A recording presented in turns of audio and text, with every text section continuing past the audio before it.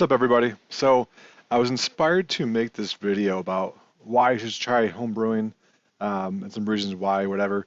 Um, because I always get a lot of questions from friends of why don't you just go buy the beer from the store?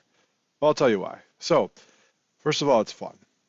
I I was kind of intrigued by the interest of how is this made and stuff like that when I first started brewing. So I started, with the Mr. Beer kit. It came out horrible. Then I started buying other equipment, and then, um, increased my skills from there. But it also became fun as I started. Even the Mr. Beer kit, it tasted horrible. It was still a fun process that got me hooked. Um, if you love craft beer or even just beer in general, I think that and you have some time to yourself. It's a great hobby because you at the end you had the result of beer. So how is that not awesome, in my opinion? So um, here's some other reasons as well. Your beer actually will become cheaper then. So for instance, a $20 to $40 batch of beer, depending on what ingredients, if it's an IPA, if it's a lighter beer, whatever, that's the average I spend per batch for 5 gallons. That's usually roughly about 120 bucks worth of craft beer. Depending on then that's the price of $10 a six pack. So of course, you go up to a $12 four pack or something like that. Um, that batch is going to become a little bit more expensive, but in the general sense of things, it's going to be a cheaper beer than paying for it. And I married with kids, so I'm at home all the time anyway. Instead of going to the bar and stuff like that, I just have my kegerator in the basement and it's ready to go. Now, caveat to the cheaper side, there are people that get really carried away with the hobby of buying really expensive stuff and doing all types of things, and the beer will become cheaper eventually, but not right away because they bought so much gear. If you just keep it simple and, um, I haven't bought a new mash tun for 4 or 5 years. I don't know, something like that. It's a Gatorade cooler or Home Depot cooler, sorry, and took out the valve and put in a screen with a ball valve, and that was it, and it still works just fine. Um, so it can be cheaper. It just depends on how you do things. Um, I even sold my wife an idea of getting the kegerator by showing her, well, look, if I'm drinking this beer and I'm not buying beer. This pays for the kegerator itself in a year or two or something like that, And she liked the idea. Um, I've used the kegerator a lot more because I started with bottling. That gets a little old quickly, but um, starting out starting out with getting the kegerator, I'll do a whole video on that soon. Um, can be actually easier than you think, and it's better in bottling. But that's one part of the hobby I didn't like at the beginning. But that's okay. Also, because you can create whatever you want. So, I don't see a ton of hobby brown ales out there. Um, for example, right? You can make one.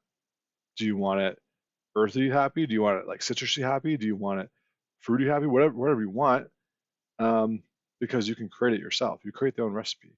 Now that takes a little time, of course, to get a little better at creating recipes and stuff like that, but um, it's still fun in the hobby as you go. Or, for instance, like you chase all those bourbon barrel aged stouts, and they get pretty pricey pretty quick. That whole $40 to $120 uh, savings ratio gets a lot different when you age your own. So, quick tip on that, and kind of on a tangent for you, is last time I did that, I made a big stout as a 10% or something like that, and I saved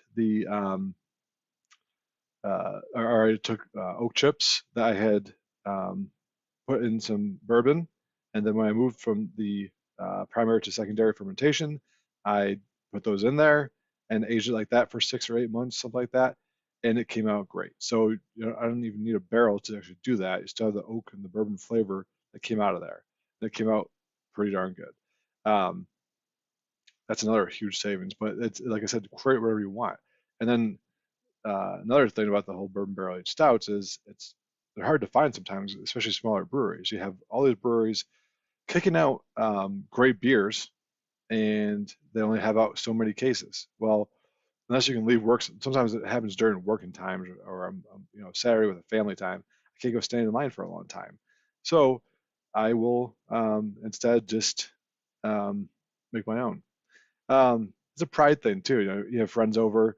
Um, and they say, well, what kind of beer do you want to try today? What do you have? And you have my kegerator has 3 taps, so I'll describe what's in each one, and you can have one or not. But I'm always proud to say this is what I brewed, and they're like, oh, this is good.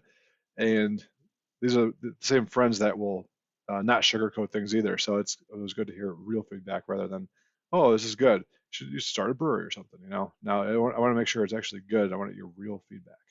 Um, and of course, I always have the thirst for learning. So, what can I do better with my homebrew, just or learning in general for brewing?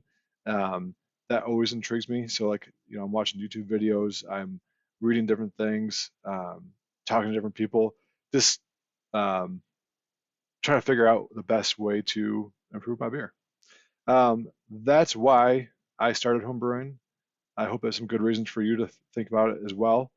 But I hope you enjoyed the video. So do subscribe and comment below if you plan on brewing soon, learning how to brew or helping a friend brew. Um, and like it for some more videos. Thanks, guys.